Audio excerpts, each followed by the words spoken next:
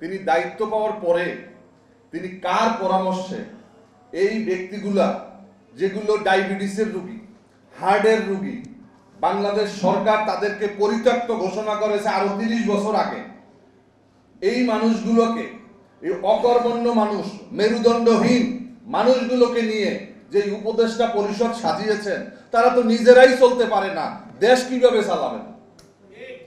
স্বাস্থ্য উপদেষ্টা তিনি একজন ক্যান্সারের রোগী। এখন দেশের যেই ক্যান্সার 17 বছরের, এই ক্যান্সার দূর করার জন্য যেমন একজন উপদেষ্টা দরকার ছিল, আজকে ঢাকা মেডিকেলে যাবে, সেখানে গিয়ে দেখবে যে ডাক্তার তারা ঠিকমতো আসছে কিনা। যেমন এহসানুল্লাহ মিলন, আপনাদের মনে আছে বিএনপি ক্ষমতায় থাকাকালীন সরকার সময় এক একটা স্কুলে যেত, কলেজে যেত, পরীক্ষার হলে যেত, নকল বন্ধ করেছে। শিক্ষার মান কিন্তু তিনি অনেকাংশে আমাদের সমৃদ্ধ করেছিল। এমন একটা অবস্থা করবে, আজকে তিনি একটা ঔষধ কোম্পানিতে গিয়ে ধরবে যে তুমি এই ট্যাবলেটটার দাম যে 50 টাকা করছো, এটা তোমার খরচ কি আছে, কয় টাকা খরচ আছে, এইটার দাম তুমি কেন 50 টাকা রাখছো? এভাবে করে অন্তত যে নিজেই চলতে পারে না, নিজেই অসুস্থ, তার যোগ্যতা হচ্ছে তিনি ডক্টর মোহাম্মদ ইউনূসের গ্রামীণ ব্যাংকে তিনি এমডি হিসাবে ছিলেন, তাকে উপহার দিয়েছে যে আমি যখন ক্ষমতা পাইছি, আসো তোমারও একটু দিলাম। এই ক্ষমতার ভাগ বানরের পিঠা ভাগাভাগির মতো আজকে ক্ষমতার স্বাদ দেওয়া হচ্ছে। যিনি শেখ মুজিবুর রহমানকে নিয়ে, অনেকে বঙ্গবন্ধু বলেন, এই শেখ মুজিবুর রহমানকে নিয়ে যিনি একটা চলচ্চিত্র করেছেন এবং তার স্ত্রী শেখ হাসিনার মা হিসাবে সেখানে অভিনয় করেছেন, তিনি আজকে আমাদের পূজনীয় ব্যক্তি, তাকে এখন আমাদের সেলুট দেওয়া লাগতেছে। আমাদের বরিশাল অঞ্চলে একটা কথা আছে যে নামে শেখ ফরিদ, কাজে বগল মে ইট। আপনি মুখে মুখে বলতেছেন যে ফ্যাসিবাদের দোসরদের আপনি ক্ষমতা থেকে টেনে হিচড়ে নামাবেন, তাদেরকে নিশ্চিহ্ন করবেন, তাদেরকে শয়তান ঘোষণা দিয়ে তাদেরকে ডিবেল হান্ট আপনারা ডিক্লেয়ার দিয়েছেন। আরে ভাই, এই উপদেষ্টা পরিষদের ভিতরেই তো হাসিনার দোসর বসা আছে, এই সচিবালয়ের ভিতরেই তো হাসিনার দোসররা চেয়ারে চেয়ারে বসে আছে। আজকে সচিবালয়, আজকে আমাদের বিচারালয়ের ভিতরে ম্যাক্সিমাম বিচারপতি হচ্ছে হাসিনার দোসর। আজকে তাদেরকে ওই চেয়ারে রেখে আপনি কিসের হাসিনার দোসর মুক্ত করবেন বাংলাদেশ? যার কারণে বলতে চাই যে যারা হাসিনার দোসরদেরকে মুক্ত করবেন তারা নিজেরাই হাসিনার দোসর, অনেকে, সবাই না। এজন্য আমরা ভেবেছিলাম যে এই সরকার গঠনের ক্ষেত্রে যারা বিগত 17টি বছর হামলা, মামলা, নির্যাতন, নিপীড়নের মধ্য দিয়ে বেড়ে উঠেছে, সেই সমস্ত অভিজ্ঞ এবং মেরুদণ্ডওয়ালা কিছু মানুষদেরকে নিয়ে তারপরে এই উপদেষ্টা পরিষদ গঠন করা হবে। যারা সাহস যাদের ছিল, যাদের কর্মঠ ছিল, যাদের অভিজ্ঞতা আছে, এই সমস্ত ব্যক্তিদেরকে নিয়ে তারপর উপদেষ্টা পরিষদ গঠন করা দরকার ছিল। কিন্তু আপনারা ভারতের পরামর্শে নাকি অন্য কারো পরামর্শে আপনারা হাসিনার বিটিম কিছু মানুষকে আজকে চেয়ারে বসিয়ে আপনারা সরকার গঠন করেছেন। এখন এই সরকার দিয়ে হাসিনার দোষর কিভাবে মুক্ত হবে? এবং আজকে 32 নম্বর গুড়িয়ে দিয়েছে বিক্ষুব্ধ জনতা।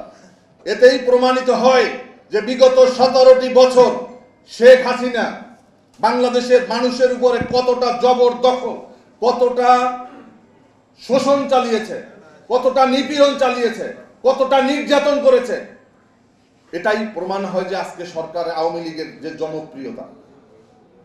আমরা দেখেছি যে শেখ মুজিবও যা করেছে, শেখ হাসিনা তা করেছে। শেখ মুজিব 3.5 বছর ক্ষমতায় থেকে তিনি লালগোলা দাবিয়ে দিয়েছিলেন, রক্ষীবাণী বানিয়েছিলেন, পরে এমন অবস্থা করলেন যে তাকে এক নেতার এক দেশ তাকে বানাতে হবে। তিনি নিজেকে দলের নেতা, সরকারের নেতা সবই বানিয়েছেন। পরিণতিতে তিনি এক রাতে শেষ হয়ে গিয়েছেন। যার কারণে ইতিহাস কাউকে ক্ষমা করে না। আর ইতিহাসের যে শিক্ষা, এই শিক্ষা থেকে এদেশের, কখন এদেশে না, বাংলাদেশ নাই, বিশ্বের কেউই ইতিহাস থেকে শিক্ষা নেয় নাই। আজকে আমেরিকার মতো জায়গাতে যারা একটা সভ্য দেশ, বিশ্বের সমস্ত দেশ নিয়ন্ত্রণ করে, সেখানে এমন এক ব্যক্তি আজকে ক্ষমতা নিয়েছে, মানুষে বলে মানসিক রোগী, কেউ বলে পাগল।